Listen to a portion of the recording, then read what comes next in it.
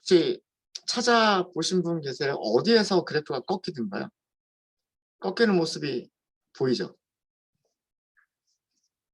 K값 얼마에서 꺾이기 시작했나요? 아직 못 찾으셨어요? 같이 해볼까요? 네, 같이 해보겠습니다. 아까 제가 말씀드린 대로요. 정확도들을 저장할 변수를 하나 마련을 하는 거예요. accuracies라고 하도록 하겠습니다. 자, 이거 리스트죠. 리스트인데 비어있는 리스트입니다. K 값 변화에 따른 K 값을 변화시키면서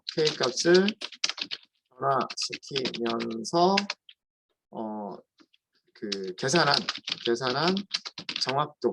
정확도를 저장할 비어있는 리스트를 선언을 한 거예요. 자, 리스트를 선언하고요. for K 값은 안에 있으면 돼요. 어떤 범위 안에 있으면 돼요? 1부터 50보다 작을 때까지. 그럼 이거는 어떻게 하겠다는 얘기예요? 1부터 49까지 반복하겠다는 얘기잖아요. 그렇죠? K는 50까지 반복하겠다는 얘기고, KNN을 만드시면 돼요. 어떻게 만들면 돼요? K 네이버 클래시파이어, 여기다가 첫 번째 아규먼트가 n neighbors, 여기다 자꾸 왜 이러지? neighbors 이렇게 주시면 되죠. 여기에 얼마를 주면 돼요? 여기 뭐라고 주면 돼요? 이걸 K라고 주면 되는 거죠. 그렇죠? 그렇지 않아요? 레인지에서 첫 번째 값 꺼내면 K가 얼마예요? K가 1이죠. 그럼 여기 뭐가 들어가는 거예요? 1이 들어가는 거죠. 반복이 끝나고 나서 다시 반복하게 되면, 그럼 레인지에서 두 번째 값 꺼내면 K 값이 얼마예요? 그 다음에는 2. 다시 반복하러 올라가서 그 다음 K 값 꺼내면 그 다음에는 3. 이렇게 되는 거잖아요. 맞죠? 그죠? 네. 그래서 그 KNN 클래시파이어를 계속해서 만들어내고 있는 거예요. 그죠? 첫 번째 KNN 만들고, 그 다음에 두 번째 KNN 만들고, 세 번째 KNN 만들고, 그때마다 K 값이 네이버, 이웃의 개수가 그때마다 계속해서 늘어나죠. 계속해서 늘어나는 겁니다. 자, 여기까지가 이게 뭐냐면 KNN 분류기 모델 생성, 머신러닝 모델을 생성을 한 거예요. 모델을 생성했으면 그 다음 단계에서 하는 일은 뭐예요? 그 모델을 데이터에 적합시키는 거죠. 다시 얘기해서 그 모델이 데이터를 학습할 수 있게끔 해주는 겁니다. x에는 무엇을 넣는 건가요? x에는 특성들을 넣어주시면 돼요. weight와 length를 가지고 있는, 물고기의 무게와 물고기의 길이를 가지고 있는 2차원별을 넣어주시면 되는 거고요. y에는 무엇을 넣어주면 돼요? 그쵸, 타겟을 넣어주시면 돼요. 이런 특징들을 가지고 있는 물고기는 종류가 뭐다라고 하는 거를 머신러닝 모델한테 알려주는 거죠. 그래서 머신러닝이 데이터들을 학습해라 라고 하는 거예요. 이게 그 머신러닝의 원리입니다. 머신러닝은 데이터로부터 자기가 스스로 학습을 하는 거예요. 그래서 KNN 분류기 모델 훈련이죠. 훈련. 자, 그 다음에는 예측값을 찾고 예측값과 실제값을 비교하시는 겁니다. 그렇죠? 그런데 그거는 위에서 했었고요. 네. 이제 훈련이 끝났으니까 그 다음에는 훈련 세트의 예측값들을 찾고 그 예측값이 실제값과 같은지 몇 개가 같은지 평균 계산하면 돼요. 요 두 줄을 해주시면, 이렇게 두 줄을 실행하시면 정확도와 계산이 되겠죠. 그죠? 자, 그런데 함수가 하나 있어요. knn 점 해보시면 함수들이 있는데, 자, 그 보라색으로 되어 있는 정육각형처럼 되어 있는 게 함수 이름들이에요. 그리고 이렇게 파란색으로 되어 있는 것들은 프로퍼티 이름들입니다. 자, 함수 이름들 중에서 어떤 함수를 사용하면 될까 하고서 뭔가가 감이 오시는 거 없으세요? 이렇게 쭉 내리시다 보면 몇 개 없어요, 그죠? 프로퍼티나 속성이나 함수가 몇 개 없어요. 혹시 뭐 느낌 오시는 거 없어요? 느낌적인 느낌 같은 거? 스코어예요, 스코어.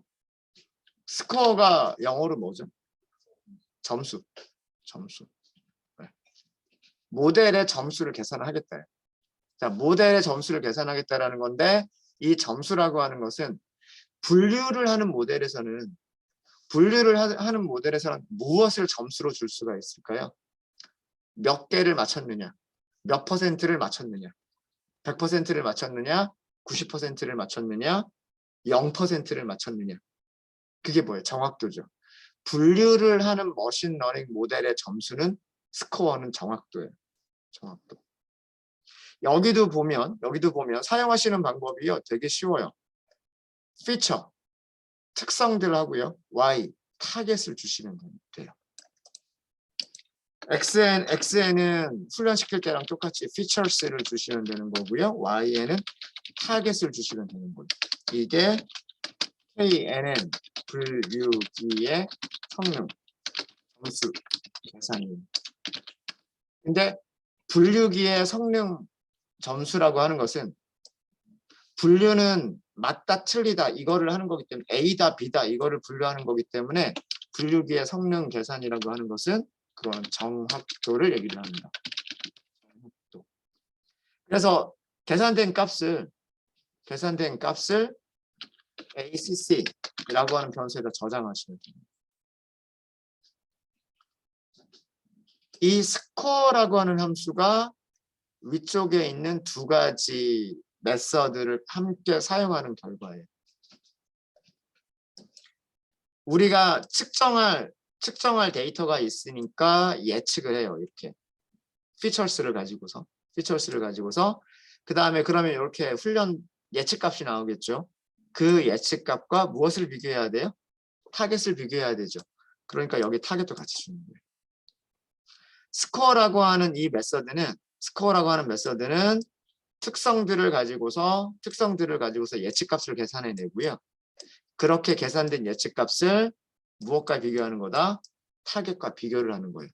타겟과 비교해서 정확도가 몇 %인지를 정확도까지 계산해 주는 메서드가 바로 뭐다? 스코어예요. 이해되십니까? 자, 설명 조금만 읽어볼까요? 설명 조금만 읽어보면 무엇을 준다? accuracy를 리턴한다라고 되어 있죠. accuracy, 정확도를 리턴한다. 주어진 테스트 데이터와 레이블에 대해서. 테스트 데이터, 특성을 얘기를 하는 거고요. 테스트 데이터를 주면 예측값을 계산하고 레이블과 타겟은 같은 의미라 그랬죠. 정답. 이 물고기는 뭐다라고 포스트잇 붙여둔 거. 그게 레이블이란 말이에요. 실제 값을 주면 여기서 계산된 예측값과 그 아규먼트로 전달된 실제 값, 레이블을 비교해서 액큐리스를 계산해 주겠다예요. 그래서 그거를 리턴하겠다라고 하는 메서드가 스코어라고 하는 메서드인 거예요. 어렵지 않죠? 제가 사이클런을 되게 좋아하는 이유가 뭐냐면 생성자 호출하는 방법도 간단하고 메서드를 사용하는 방법도 간단하고 그 다음에 문서도 되게 잘 돼 있어서 그냥 사용하기가 되게 쉬워요. 자, 정확도를 계산을 했으니까 우리는 이걸 어디다 저장하면 될까요? 위에 정확도를 저장하기 위한 배열이 있었죠. 저기에다가 append를 하시면 돼요.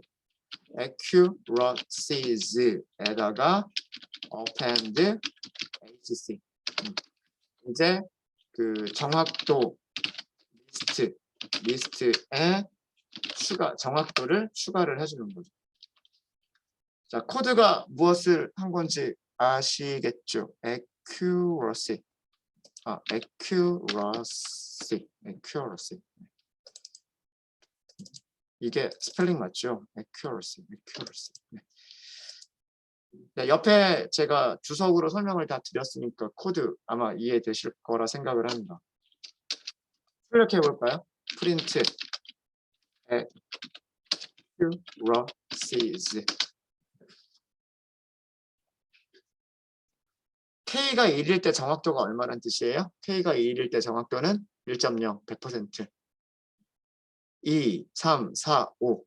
K가 5일 때 정확도 1.0, 100%란 뜻이에요. 그게 살짝 꺾이는 부분이 97.9%, 다시 100%로 올라갔다가 97.9%, 97.9%, 97.9% 쭉 가다 보면 갑자기 71%로 뚝 하고 떨어져 버려요. 그러면서 제일 끝에 71.4%까지. 자, 숫자만 보면 그 감이 잘 안 오죠. 어디서 떨어지고 어떻게 그 됐는지. 이거를 그래프를 그려보시면 돼요. 어떻게? Y축에다가 이 정확도를 갖다 놓고요. Y축에다 정확도를 갖다 놓고 X축에다 K값. K값은 1부터 50까지라고 하면 되는 거예요. 그죠? K값은 1부터 50, 그 다음에 정확도는 이게 정확도. 그렇게 해서 X축, Y축 해가지고 그려버리시면 되는 거죠. 그렇죠? 네. 자, 그럼 그래프를 그려볼게요. 제일 간단한 거는 플러스로 그리시는 게 제일 간단해요. 플롯이 그 점을 찍겠다. X축, Y축, 그 다음에 포맷 이렇게 하시면 되는 거고, X축 지정 안 하고 Y값만 줘도 된다는 얘기예요. Y값만 줘도 되고, 그 다음에 포맷 쓰면 되고. 근데 저는 X축, Y축, 포맷 다 쓸게요. X축은 range 1부터 50까지. 이게 X축. 1, 2, 3, 4, 5, 6, 7, 8, 9에서 49까지. Y축은 accuracies. 그 다음에 동그라미는 뭐예요? 점을 동그라미라고 한 점을 찍겠다는 얘기죠. 그 다음에 그리고 점과 점 사이를 직선으로 연결하겠다는 뜻이에요. 이거는 마커는 동그라미로 사용하겠다. 선의 모양은 solid line, 직선을 사용하겠다라고 하는 그런 내용입니다. 자, 이렇게 하시고서 그리드, 격자를 그려주면 보기 좋을 거고요. 격자를 그려주면 보기 좋을 거고, 일단은 쇼까지 먼저 할게요. 네, 이런 그래프인 거예요. 이런 그래프. X축이 뭐가 됐어요? 0부터 50까지 있죠. 이거 뭐죠? 이거 K값이죠. K값. 그죠? Y축은 뭐가 있어요? Y축은 0.7부터 1.0까지 있죠. 이거 뭐예요? 정확도. 그죠? 네. 그러면 레이블을 넣어주면 더 좋겠죠. field.x 레이블. X축이 number of K nearest neighbors. 한글이 안 되니까 nearest neighbors. 가까운 이웃들의 개수란 뜻이에요. 그죠? 가까운 이웃들의 개수. 이게 X축의 값이고요. Y 레이블은 정확도죠. accuracy. 이 정도로 하면 그래프에서 표현할 수 있는 내용들은 다 표현을 한 것 같아요. 자, 그래서 여기서 한 가지 알 수 있는 거는 뭐냐면 가장 가까운 K개의 nearest neighbor K개를 사용한다라고 했을 때 K값을 무조건 늘려주는 거는 좋다, 안 좋다? 안 좋다. 네, 성능 안 좋잖아요. 네.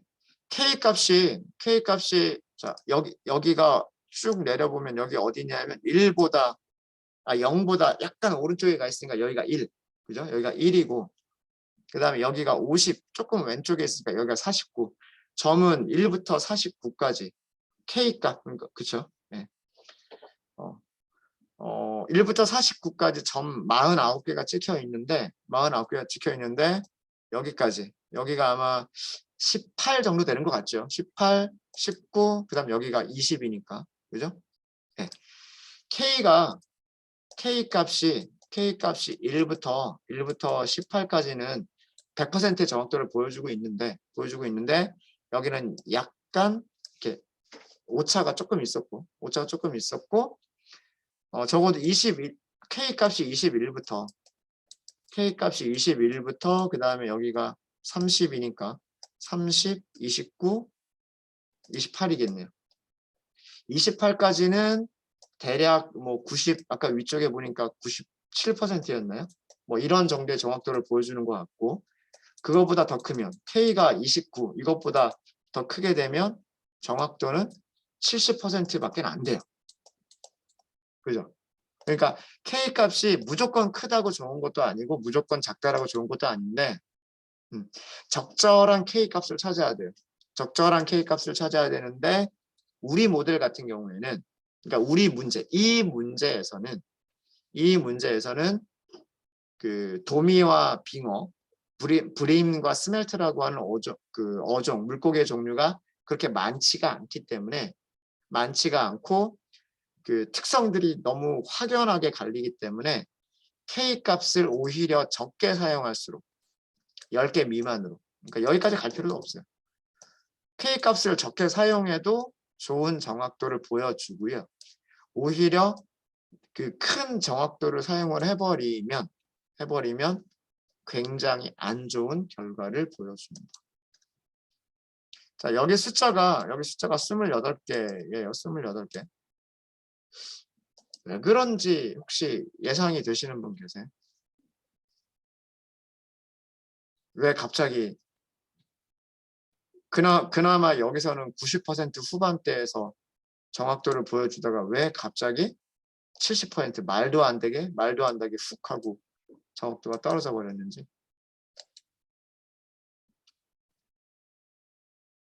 이해되십니까? 혹시 설명하실 수 있으십니까?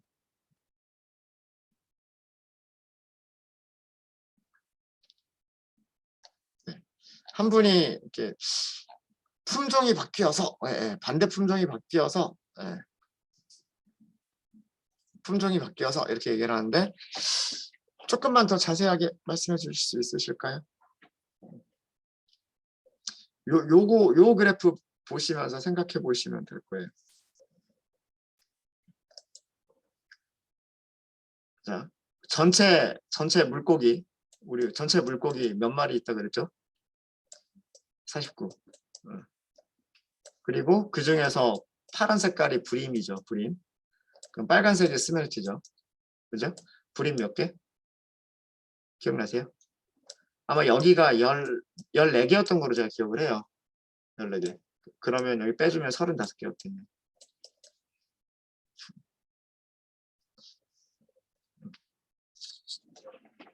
자, 볼게요.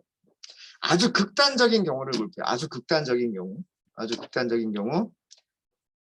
가장 가까운 이웃 49개를 선택하겠다. 그리고 다수결로 결정하겠다.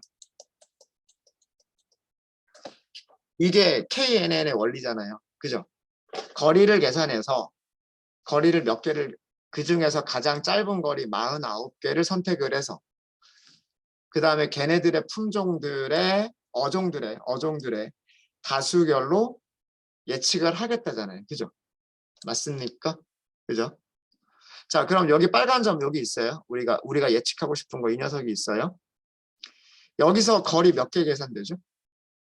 샘플 49개니까 49개 샘플이 있을 거 아니에요. 그죠? 어? 여기서 여기까지 거리도 계산할 거고 여기서 여기까지 거리도 계산할 거잖아요. 그쵸? 그 중에서 가장 짧은 거 49개는 전체가 49개 아니에요? 거리가 49개가 나온단 말이에요. 이해되세요? 49개의 거리들 중에서 그러면 이제 다수결로 결정을 해야 되잖아요.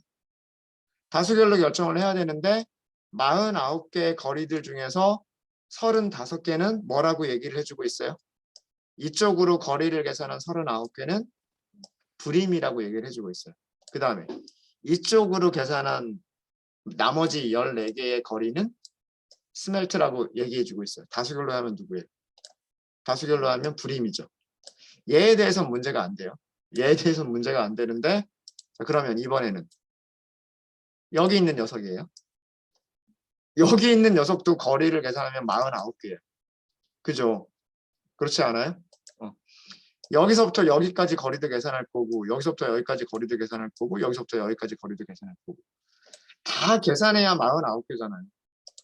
그죠? 다 계산해야 49개죠. 근데 그 49개 중에서 35개가 뭐라고 얘기해주고 있어요? 불임이라고 얘기해주고 있어요. 그리고 이쪽에 있는 14개만이 스멜트라고 얘기해주고 있고, 이쪽에 있는 35개는 불임이라고 얘기해주고 있단 말이에요. 그러니까 얘도 뭐라고 예측할까요? 얘도 불임이라고 얘기하는 거예요. 훈련 세트가 약간 편향되어 있어요. 우리의 훈련 셋은 불임과 스멜트의 개수가 똑같지가 않아요. 똑같지가 않아서 불임이 훨씬 많단 말이에요.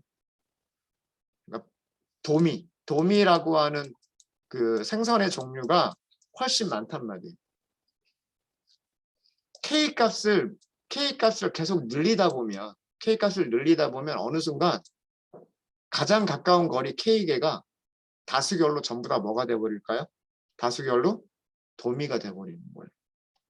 오히려 더 가까운 거리들이 있음에도 불구하고 이 가까운 거리의 개수들보다 이쪽에 있는 개수가 훨씬 더 많기 때문에 다수결로만 결정하겠다 그러면 얘네들이 다수결이 돼버리는 거예요. 이게 KNN의 맹점이죠. K값을 무조건 늘리면 안 되는 이유가 이것 때문이에요. 그리고 제가 어제 설명을 드릴 때 편향된 데이터는 훈련 데이터는 좋은 데이터가 아니다라고 말씀드렸었죠. 그렇죠?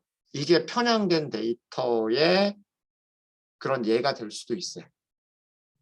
훈련 데이터가 불임과 스멜트가 비슷한 개수로 있었으면, 그죠? 그러니까 이쪽에도 35개가 있었으면, 이쪽에도 35개가 있었으면, 그죠? 그래서 여기서 가장 가까운 거리 49개를 선택을 했으면 어떻게 됐을까요? 가장 가까운 건 이쪽으로 35개가 나오겠죠. 그리고 나머지 이쪽에서 14개가 나오겠죠. 그러면 다수결로 해도 여기라고 예측을 할 거 아니에요. 근데 개수가 부족해요. 훈련 세트가 가지고 있는 스멜트, 빙어의 개수가 너무 부족하단 말이에요. 이거 14개를 넘어가 버리는 순간 이쪽 더 멀리 떨어져 있는 녀석들이 우리 예측에 영향을 미치게 돼요. 무슨 말인지 아시겠습니까? 이게 편향된 데이터의 문제점이에요. 어제죠. 제가 그런 얘기 했었죠. 한 몇십 년 전에 IBM에서 사람의 얼굴과 동물의 얼굴을 구별하는 이미지 인식 프로그램을 만들었는데 흑인의 얼굴을 오랑우탄이라고 잘못 예측을 했다고요. 그게 뭐냐 하면 백인들의 데이터는 굉장히 많았는데 흑인들의 사진 데이터는 굉장히 적었던 거예요. 그러다 보니 만약에 이 원리라고 한다면 이쪽으로 예측하는 거는 많은데 이쪽으로 예측하는 건 적은 거죠. 그런 이유로 해서 어떤 잘못된 예측 결과를 주게 될 수가 있는 겁니다. 네.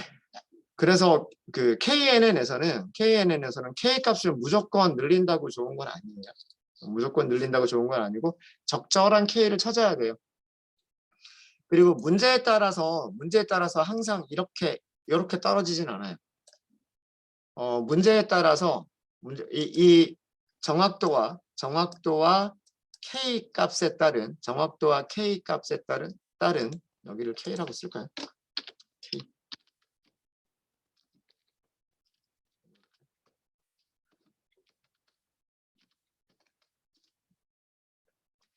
정확도와 K 값에 따른 이 그래프가 문제에 따라서 K 값이 증가할수록 정확도가 높아지다가 어느 순간 떨어지는 이런 그래프가 나올 수도 있어요.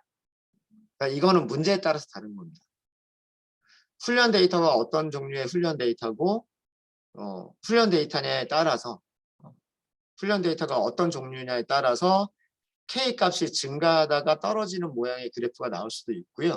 지금처럼 이렇게 유지가 되다가 갑자기 떨어지는 모습이 될 수도 있고 뭐 오르락 내리락 이렇게 할 수도 있습니다.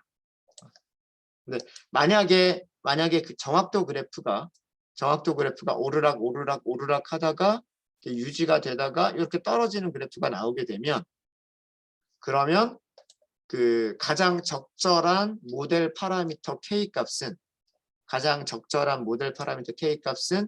요 구간 안에 있는 K 값들을 사용하면 된다는 얘기. 아시겠죠? 이거는 문제마다 다른 겁니다. 그래서 튜닝 과정은 모델마다 튜닝을 다르게 하셔야 돼요. 그러니까 문제에 따라서 어떤 K 값이 좋으냐가 달라지기 때문에 항상 튜닝 과정, 머신러닝에서는 튜닝 과정을 거치게 됩니다. 튜닝 과정. 이해되셨나요? 이해되셨어요? 네. 그래서 다시 한번 말씀을 드리면요. 데이터를 준비한다. 뭐 데이터를 뭐 여러 가지 시각화나 이런 기법들을 통해서 데이터를 탐색을 해보고 문제를 정확하게 정의를 하고요. 정의를 하고 준비가 되어 있는 데이터 프레임을 특성과 타겟으로 분리를 합니다. 타겟을 다른 말로는 레이블이라고도 부르고요. 그 다음에 머신러닝 모델을 선택을 해서 훈련을 시켜주고요. 그 다음에 몇 퍼센트의 정확도가 나오는지를 평가를 해봅니다. 그리고 모델이 더 좋아질 수가 있는지, 뭐 KNN에서는 K와 같은 값들을 변경시켜 보면서 성능이 더 좋아지는지 나빠지는지를 실험해보고, 이게 실험이에요, 실험. 그 실험을 통해서 가장 적절한 파라미터 값을 찾습니다. 그게 모델을 튜닝하는 과정이고요. 이런 과정을 거쳐서 최종적으로 머신러닝 모델이 만들어지게 되는 거예요. 이제 그렇게 해서 만들어진 걸 가지고서 테스트를 하는 거죠. 이제 그 위쪽에서 보였던 이런 것처럼 진짜 그 정답을 알 수 없는 녀석들을 물고기들을 준비를 해서 걔네들 측정하고 웨이트와 랭스 측정하고, 그 다음에 정말 우리가 만든 모델이 잘 맞느냐 틀리느냐 이런 것을 해보는 거예요. 이런 과정이 머신러닝 이런 거죠. KNN을 먼저 설명드린 이유는 KNN이 수학적으로 가장 간단한 모델이었기 때문에 먼저 설명을 좀 드렸습니다. 네, 질문 있으실까요? 자, 그런데 이 과정은 제가 중간에 뭔가 하나를 빠뜨린 게 있어요. 빠뜨린 게 있는 게 뭐냐면, 사실은 모델을 평가를 할 때는요, 모델을 평가한다는 거는 시험을 본다는 얘기죠. 시험을 봐서 얼마나 잘 맞추느냐 이거를 알아보는 거란 말이에요. 맞아요? 근데 우리는 이거 어떻게 평가를 했죠? 우리는 훈련된 데이터들이 있고, 이렇게 알고 있는 데이터들이 있고, 그 다음에 이 알고 있는 데이터들을 얼마나 잘 맞추느냐 이거를 가지고 평가를 했죠. 그죠?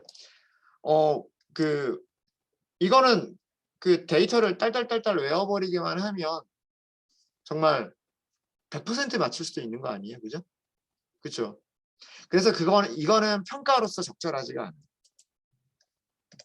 중고등학교 때 정말 참고서에 있는 문제 한 글자도 안 틀리고 그대로 시험 문제 내주시는 그런 선생님들이 너무 좋았죠.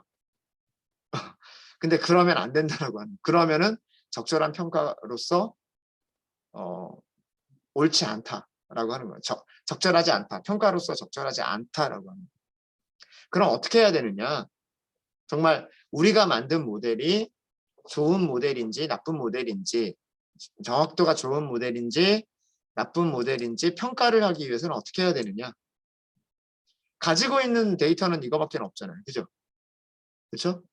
우리가 실제로 이런 가상의 수산시장 가가지고 이런 물고기를 사올 수는 없는 거잖아요. 그죠? 어찌됐든 이렇게 정리가 되어 있는 데이터 안에서 평가를 해봐야 되는 거잖아요. 맞습니까? 그럼 방법은 뭐냐면 방법은 모델을 훈련시킬 때 일부분을 훈련시키지 않는 거예요. 예를 들어서 뭐 이쪽에서 몇 개를 빼버리고 이런 것들은 빼버리고 이런 것들도 몇 개를 빼버리는 거예요. 그리고서 나머지들만 모델한테 알려주는 거예요. 자, 이거 가지고 데이터들을 저장하고 있어. 데이터들을 가지고 학습해. 라고 알려주는 거예요. 그런 다음에 평가를 할 때에는 무엇을 가지고 평가한다? 알려주지 않았던 거. 그러니까 시험 문제 알려주지 않았던 그런 문제들을 가지고서 시험을 보는 거예요. 그래서 얘네들을 얼마나 잘 맞추느냐. 그걸 가지고 실제로 모델을 평가를 하는 거예요. 이런 과정을 뭐라고 얘기하냐면 전체 데이터셋을 훈련셋과 테스트셋으로 나눈다라고 얘기를 합니다. 훈련셋, 테스트셋 나누기라고 얘기를 합니다. 나중에 가서는 모델을 튜닝할 때도 사용하기 위해서 전체를 훈련셋, 검증셋, 테스트셋 이렇게 세 가지로 나누기도 해요. 나중에는 그렇게 하기도 하는데 일단 우리는 훈련셋과 테스트셋으로만 나눠서 훈련셋으로는 모델을 훈련시키는 것까지를 하고 테스트셋에서는 모델을 평가하는 그 과정까지로만 일단은 진행을 해보도록 할게요. 무슨 얘기인지 아시겠습니까? 그래서 훈련셋과 테스트셋을 나누려면 어떻게 나눠야 되느냐? 나누는 방법들이 또 몇 가지가 있어요. 몇 가지가 있고 그 각각의 방법들의 장단점이 있고요. 장단점이 있고 그런 장단점에서 훈련셋과 테스트셋을 나누는 방법에서 그 어떤 장단점들이 생기는지 그런 것들 설명을 드리고 그 과정들을 다시 한번 쭉 진행을 해보도록 하겠습니다. 쉬는 시간을 조금 갖고 할까요? 쉬는 시간을 갖고. 네. 혹시 질문 있으시면 질문해 주세요. 전체적인 과정 아시겠죠? 이 포문 안에 그 대부분의 내용들이 다 들어가 있어요. 모델을 생성한다, 모델을 훈련시킨다. 여기 모델이 있으니까. 그 다음에 그 모델을 가지고서 테스트를 해서 모델이 얼마나 좋은지 성능을 측정한다. 이거예요. 생성한다, 훈련시킨다, 예측하고 점수를 측정한다. 평가한다. 이 과정이 머신러닝의 순서라고 생각을 하시면 돼요. 이 과정. 질문 없으십니까? 잘 되세요? 네, 그러면 조금 일찍 셔터 하도록 하겠습니다.